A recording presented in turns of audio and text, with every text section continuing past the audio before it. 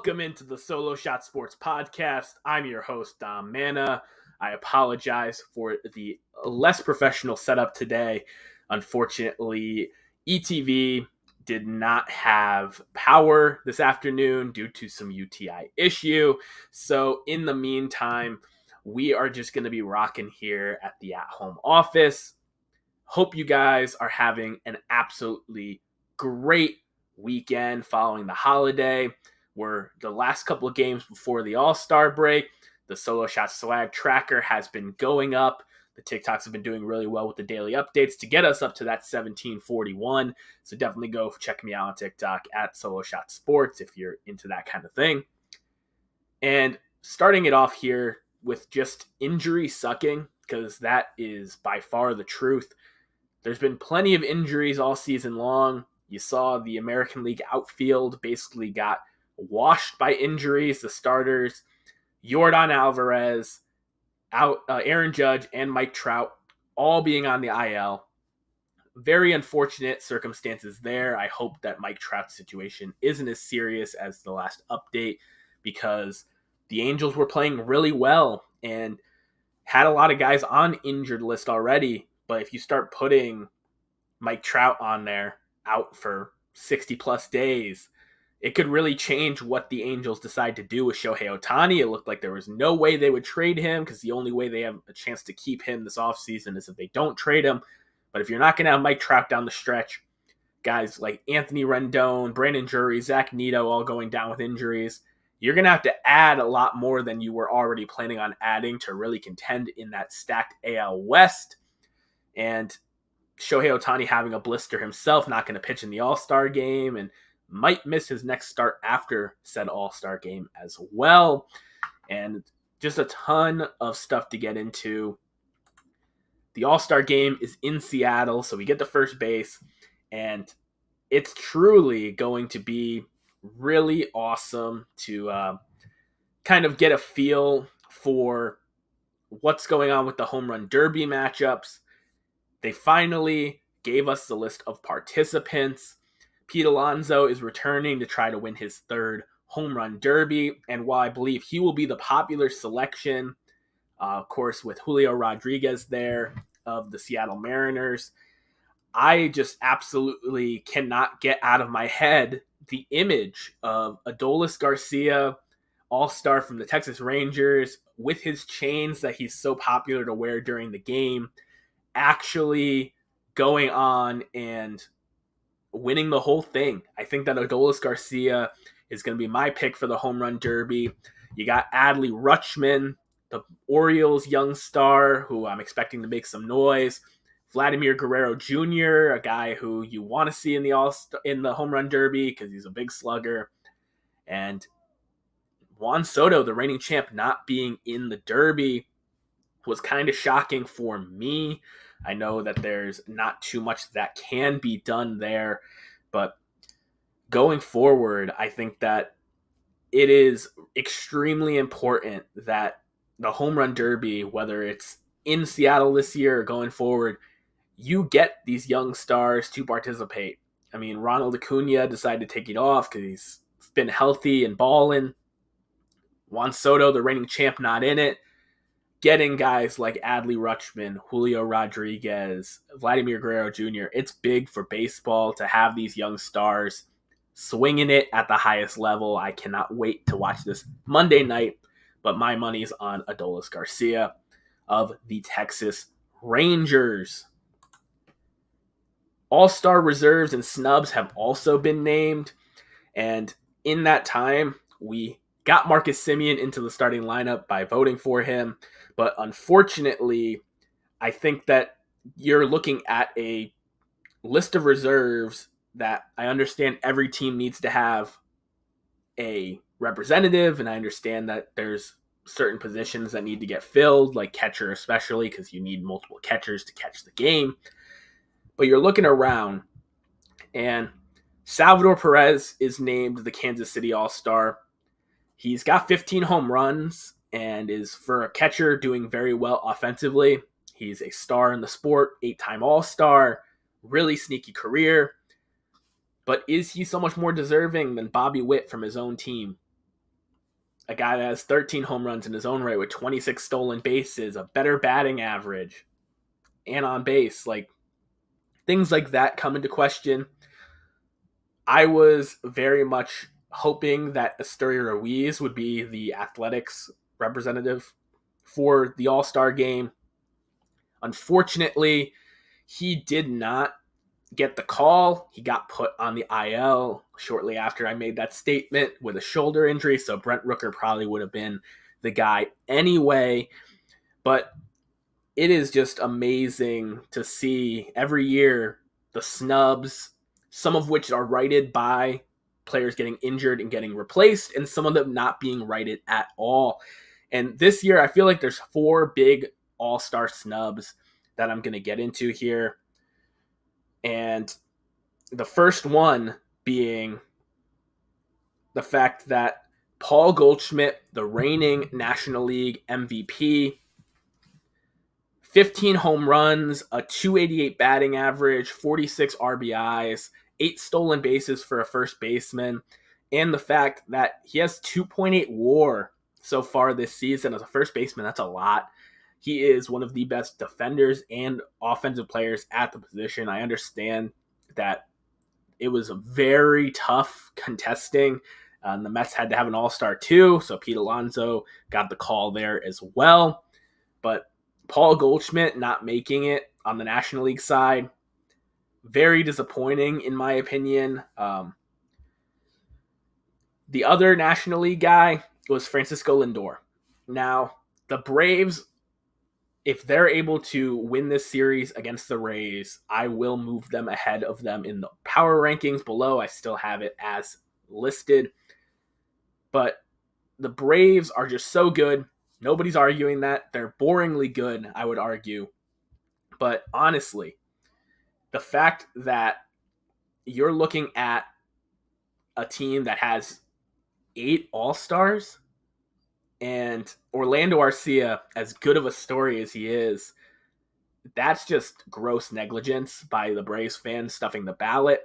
The fact that Francisco Lindor, who's a legitimate superstar in the sport, a shortstop that has 19 home runs and 60 RBIs, I know he's only batting 239, but 3.5 WAR. He is helping the Mets stay afloat, and he should have been the starter at shortstop, and that would have opened things up. If Lindor is the Mets representative at shortstop, maybe Alonso doesn't make it, but Goldschmidt makes it in his place. Things like that can get moved around the chessboard if the fans don't tilt the scales in an unfair way.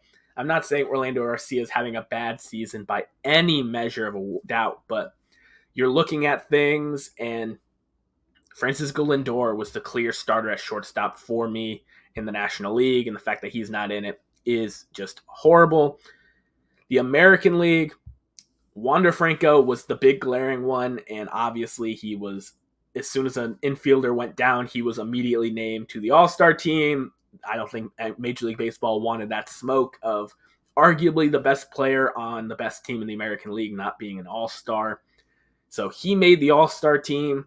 He's been playing great, even though he had that benching.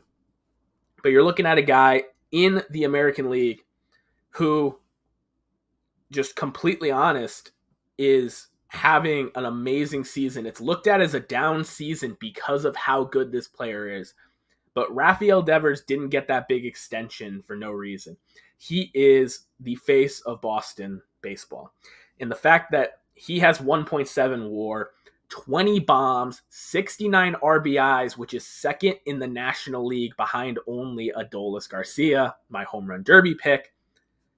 He's not an all-star in the infield, but they put Whit Merrifield in, who never is on the injured list, so it's not like they named him knowing that he would fall off and someone would replace him. Whit Merrifield gets named to the All-Star team reserves as the second baseman reserve, 300 batting average, 18 stolen bases. He's having a good year, people. But it's an all-star game. You want the best players there. You could have easily made the argument that if Jose Ramirez was going to be the Cleveland Guardians representative, that you can make him the second baseman. He's played plenty of second base in his career. And slot Rafael Devers at third base. The other American League snub that immediately was going to be on my list was Carlos Estevez, the closer for the Los Angeles Angels, who has been lights out, hasn't failed a save opportunity. The Red Sox representative for the All-Star game was Kenley Jansen. To me, if you move around these pieces, Whit Merrifield off of second base, Jose Ramirez, the second baseman, Devers at third, and then you could have had Estevez in the bullpen instead of Jansen and move things around in a way where everybody wins. I don't understand why this happens every single year. The only position that you really have to worry about replacing one for one is catcher, because you do need multiple catchers to be there and catch during the All-Star game. Clayton Kershaw goes on the IL. Stinks. He could have started the All-Star game with how good he's pitching, but he gets replaced by David Bednar. It's a pitcher for a pitcher, an infielder for an infielder, an outfielder for an outfielder. These are the best of the best in the game today. And if you're saying they can't play out of position for a couple innings as a reserve later in the game, I don't know what you're saying about the state of the sport. And honestly, it's something where I believe you are going forward and having a list of guys that miss it. Fernando Tatis being a big one. I understand why they didn't want to give him the nod initially, and the NL outfield has been relatively healthy compared to the AL outfield. But Rafael Devers, Francisco Lindor, Paul Goldschmidt, these are stand-up guys, no drama like Tatis, not making the All-Star game. It's just a real shame. And when we go down the third base line, we like to throw back to a moment on this day, July 8th in sports history, when something magical happened. And when you're talking about the sport of baseball, there is a real aura around the All-Star game in our sport. I can't wait to watch the All-Star weekend, the festivities, the home run derby, the celebrity softball game, the futures game, the MLB draft. All that stuff is going to be fun to follow throughout the rest of the week, Monday and Tuesday being the home run derby and All-Star game respectively. It's really fun. But on this date in 1941 at Briggs Stadium, the splendid splinter, Red Sox legend, Ted Williams, he was hitting .405 at the break, and this was his 1941 season where he was the last, where he hit 400 during the season, and he has a dramatic 2-out, 3-run home run in the bottom of the ninth off of Chicago Cubs Claude Passeau, giving the American League a 7-5 win in the All-Star game. Williams had 4 RBIs in the game, and this came off of Passeau as the first ever walk-off win in Summer Classic history. This was a historic event. Ted Williams, who only got to play in one World Series, this is one of his career crowning achievements, that they cared about the All-Star game back then. And the fact that he was able to hit that home run and having Joe DiMaggio and Joe Cronin, 2 Hall of Famers on base, helping the American League win. The picture is historic for all of my sports cards fans out there. There's a great card in the 59 Fleer Ted Williams set of that moment of him hitting the All-Star home run. It is just amazing that Ted Williams was able to get that walk-off homer and doing it in the All-Star game against the best of the best in the sport. Back then, that really used to mean something to the players, and I know there are plenty of players that respect the honor and go out there and play hard in the All-Star game, but you don't see that across other sports. The Pro Bowl has become obsolete. The NBA All-Star game, they started having to implement a rule where the fourth quarter you have to play hard, and in baseball, there's just magical moments like this Ted Williams home run that get remembered forever. So on this date in 1941, you see Ted Williams walking off the All-Star game against Claude Passeau, 3-run homer with 2 outs in the bottom of the ninth, etching his name in All-Star history, which is why the All-Star MVP award is called the Ted Williams Award, because of this moment. Fell on this date kind of perfectly going into the break, and I definitely had to cover it for all of you history fans out there as well. Now, we're looking at home plate, and we're approaching the final stretch towards the trade deadline, which is on August 1st. Teams have already started to sell, and it's amazing that we haven't seen more movement already. I think it's because of how close these divisions are. Almost every division has 3+ teams in it right now, which is really fun to see. But going across the league, you have to decide which teams are going to buy, which teams are going to sell. And I guess the third option, which isn't as catchy, is which teams are going to stand pat with what they got.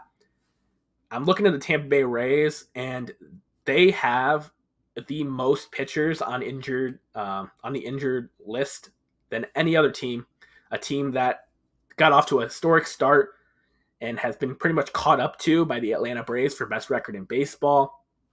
If I'm the Tampa Bay Rays, you have your core hitters, you have your platoon options you're comfortable with. Go out there and get another relief stud, someone that you can work multiple innings out of the bullpen. I'm looking at a David Bednar or a Kenley Jansen, or even getting a guy that's kind of in between the rotation and bullpen. The Rays are great at assessing what pitchers can succeed in their system. And I just think that if they add a pitcher or two at the deadline, that'll be all they need to kind of coax their way into the playoffs. The Baltimore Orioles are a super interesting conversational topic here because they're a year ahead of schedule, in my opinion.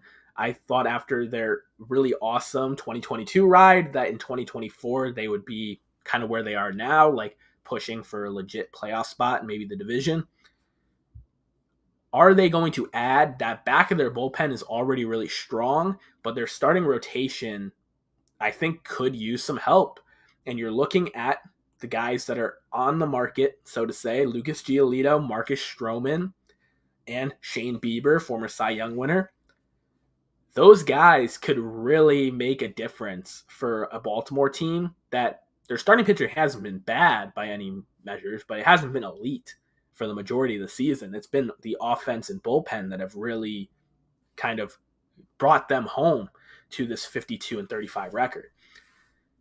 The Blue Jays, they're all in my opinion. Alek Manoah, after getting shelled in rookie ball, comes up to the big leagues. I don't care if it's against the Tigers. He came up against major leaguers and looked good. 5 innings of 1-run baseball.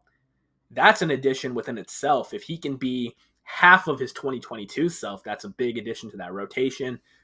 I expect the Blue Jays in a similar way to be just looking for another pitcher or two in the bullpen to help bolster that up. The Yankees are kind of forced to stand pat. Without Aaron Judge, it's hard to push in the chips any more than you already have. You're paying a ton of money. Carlos Rodon finally made his season debut last night against the Cubs, but I don't think they can really push in and get anything too big. Maybe a cheap veteran bat at a position of need. And my Red Sox, they need to sell. This American League East is a gauntlet, and being 46-43, you'd be in first place of the AL Central. And that would be great. But the fact is you're not in the AL Central. And the Red Sox, you have Devers, you have Colton Wong behind the plate, Tristan Casas at first, a legit top-of-the-line starter, and Brian Bayo. Yoshida's locked up for the next 4 years. Outside of that, I'm willing to sell whoever. And that even includes Garrett Whitlock, who I know has struggled with injuries and sometimes being great, sometimes not being so great. I think a playoff team could see Garrett Whitlock and see a guy that could be a bullpen monster to help them make that push for the postseason. Kenley Jansen has one more year of control. He's an all-star again, having a good season. Every team that doesn't have a closer that wanting to contend is going to want a legit closer for the postseason. Adam Duvall, Kike Hernandez, Justin Turner. You have veterans that are playing pretty well. Alex Verdugo's in a contract year. A lot of people are talking about him as an all-star snub. But to me, Devers was the clear Red Sox snub. Yoshida would be ahead of Verdugo as well for me. And then you could talk about Verdugo as a Red Sox snub. I would trade Verdugo if you're not going to extend him. And honestly, he's something where you can kind of perpetuate this Mookie Betts trade. You got him as the big piece. Maybe you get a prospect or two for him. And you have Connor Wong as your catcher, backup catcher for the next decade as like the real main piece of that Mookie Betts trade going forward. The AL Central, I don't expect any of them to buy. I actually expect more of them to sell than anything.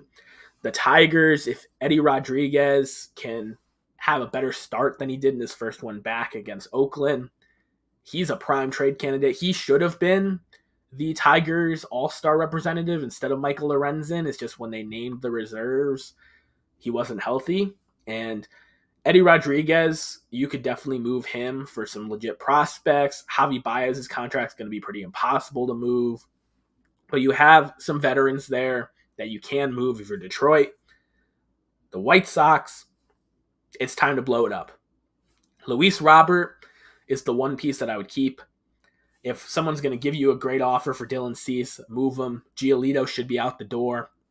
Tim Anderson, Eloy Jimenez, any of those guys, if you can get some prospects back, just do it. They need to blow things up in Chicago. And the Royals, it's kind of the same thing. Salvador Perez is an all-star again. If you can get some legit firepower back for him in his 30s as a catcher who doesn't catch every day, you should do so. Bobby Witt Jr., Vinny Pasquantino, like they have some young guys to build around, but move off the veterans, especially they already moved off of Chapman in the bullpen. They also have Breslow, who is amazing. You have some pieces to really just build up this young team that is more than a year away from competing. Cleveland has a really tough decision to make because Shane Bieber only has 1 year left of control. They do not have a track record of extending pitchers long-term like that. So do they wait till the offseason and trade him during the winter meetings, or do they get the most that they can for him right now, where you get him for your playoff push as well as next year, so you can get the maximum haul for a pitcher instead of him just being a straight 1 year rental? Cleveland has that decision to make. I'd love to see them add a bat, but they're just not a team known for doing so. Maybe they end up getting a sneaky guy like Jeimer Candelario from Washington, somebody that's just cheap and a veteran, but I don't expect them to buy heavily. Same thing with the Twins, a team that has better pitching than expected. Their lineup kind of just is what it is, and they don't want to take on any more unnecessary payroll, so I don't see them buying anything too big as well. The AL West is really interesting. The Texas Rangers are just way better than anyone even thought, even me. I thought they'd be a playoff team and significantly improved, but they have one of the top lineups in baseball. Their pitching, other than DeGrom, has been pretty healthy. They added Chapman, and I think that's all they really need to do is get another reliever, just add to that bullpen, and the sky's really the limit for that team in October. The Astros, I would love to see add a bat or maybe even a starting pitcher. If they could get a Shane Bieber or someone like that in there, it would be fantastic. The Astros, they're just slowly catching up to the Rangers. I didn't pick the Rangers to win the division for that reason. You can't count out Jose Altuve, Dusty Baker, and the boys. But with Yordan Alvarez still on the shelf, Altuve's had injuries this year. Getting an extra bat in that lineup, especially with Michael Brantley not being what you wanted him to be this year, I think that's the move for the Astros. The Mariners, you're hosting the All-Star game. Julio Rodriguez and George Kirby were named as reserves to join Luis Castillo. Those three players, you shouldn't touch them. But there's a lot of veterans, Eugenio Suarez, Teoscar Hernandez, Ty France. There's some guys that you can move. And when you're sitting there at 500, in the middle of a division with two teams that are significantly better than you, you either have to shoot for the moon or be realistic and retool for next year. And I think that's what Seattle really should do. Don't get me wrong. If this pitching in the second half does what people thought they would in the first half, Logan Gilbert, George Kirby, Luis Castillo, and they really just become all aces, they can push for the playoffs. But right now, if I was them, I would just keep the core, get rid of the ancillary pieces, and move on from there. And then the Angels. The Athletics, they're sellers in the American League. We all know that. They don't have much to sell, but they're sellers. The Angels, if Mike Trout is out for significant time, do you trade Shohei Ohtani? Do you give up on this season and just get what you can back for the most talented player to ever put on a baseball uniform? I think that that's very much in question. You also have some pitching that you don't typically have, and contenders are always looking for more pitching. Whether it's Estevez out of the bullpen or some of their starters that have been better than expected, Griffin Canning, Pablo Sandoval, etc. This is just a team where if you lose Mike Trout, this could reroute your whole season. I dropped them in the power rankings. I expect to drop them more once we find out what the exact timetable is for Mike Trout. And this Angels team, something where they were fun to watch in the first half. They're sitting at 500 going into the break. Not looking good for the Halos. And from a team building perspective, you cannot just avoid the fact that Shohei Ohtani might be traded. And what the haul will be, it's yet to be seen. I expect it to be massive. And he's clearly the number one piece to watch, even though he's not the most likely to be traded. The NL East, the Braves aren't going to add. The Marlins historically sell, but I expect them to stay put, which is good. Maybe they add a cheap bat somewhere. But the Marlins have been better than expected as well. The Phillies, Dave Dombrowski always buys. What he's going to buy is yet to be seen.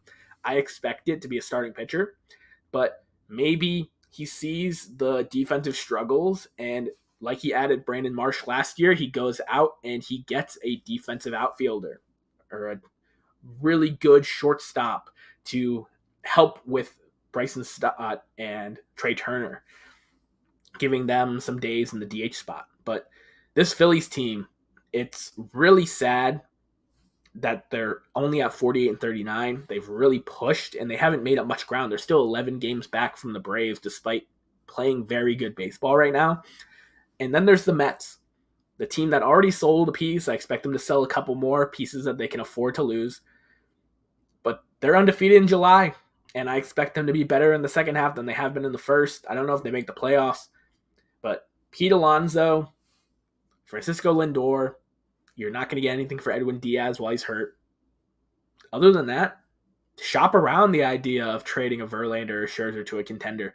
Imagine Scherzer going to the Arizona Diamondbacks where he started his career and helping that team push for a World Series. Or Justin Verlander getting shipped back to Houston. Stuff like that, it could happen. It's not super likely, but those teams could find a way to get out of those big contracts when they're not doing well.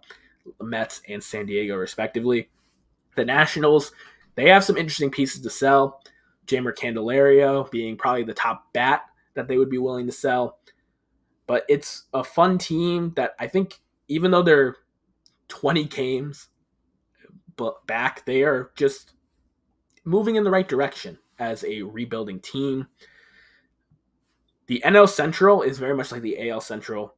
I expect the teams to sell more than they buy, but the pieces that are bought could really swing the momentum in a division race that's this close. The Cubs, Stroman should be gone. Get something for Bellinger. Move these pieces before the Pirates sell, before the Brewers or Cardinals sell. I think that that's the way to do it. The Pirates, they've said they don't want to trade Andrew McCutchen, and I understand that, but there's plenty of other guys. Carlos Santana's playing out of his mind. You got pitching. Rich Hill maybe could go to a team that's on the fringe. etc. The Cardinals, if I was them, everyone's talking about, will they trade Nolan Arenado and Paul Goldschmidt? They should not trade Nolan Arenado and Paul Goldschmidt. But who they should be looking to trade is they have a litany of quadruple A outfielders, I'd like to call them. Jordan Walker looks like he can be the truth still. I believe in him a lot. I picked him to be Rookie of the Year. But you got the Dylan Carlsons, the Lars Nootbaars, the Alec Burlesons, the Tyler O'Neills of the world. If you can trade those guys and do a reverse Harrison Bader trade from last season where they traded Bader for Jordan Montgomery and he helped them, if you can kind of make those outfielders into pitching, which is their biggest thing, controlled pitching is what they need, because you have Montgomery, who's going to be a free agent. You have Jack Flaherty, who's going to be a free agent. Those guys need to get moved too before they walk, unless you're going to extend one of them. And honestly, you just look at this team. They aren't as good as they were planning on being, but I think that if you have Hall of Famers at the corners, you can totally compete in baseball. It just might not be this year. And finally, the National League West, the Diamondbacks, they need that third pitcher. And I'd love for them to swing for the fences and get a Marcus Stroman or get a Max Scherzer. But realistically, they're going to be looking at James Paxton types from my Boston Red Sox, guys that are rental pitchers and kind of on the cheaper side of things. The Dodgers, expect them to kind of have their hands in a bunch of different pots, looking for pieces to help them move things along.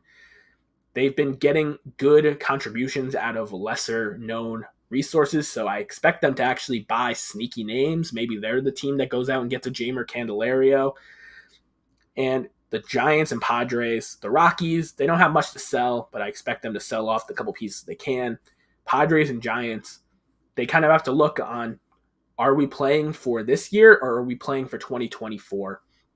And honestly, the Giants and Padres, they're two teams where I can understand them going, we're doubling down to make the playoffs this year, and I can understand if they sell off some of their flexible pieces to kind of retool and go at it next season. I know the Giants are going to be heavily in the Shohei Ohtani race as well. Appreciate you guys, as always, for checking it out. Sammy, Hugo, everybody in the chat, appreciate you for joining me this Saturday morning. I hope you guys enjoy the last couple games we have before we go into the All-Star break. I will be live tweeting during the Home Run Derby and All-Star Game festivities as well. So definitely go check me out there at DominicMana44. I hope you guys all enjoy your Solo Shot Saturday, and I will catch you guys in the next one. Peace.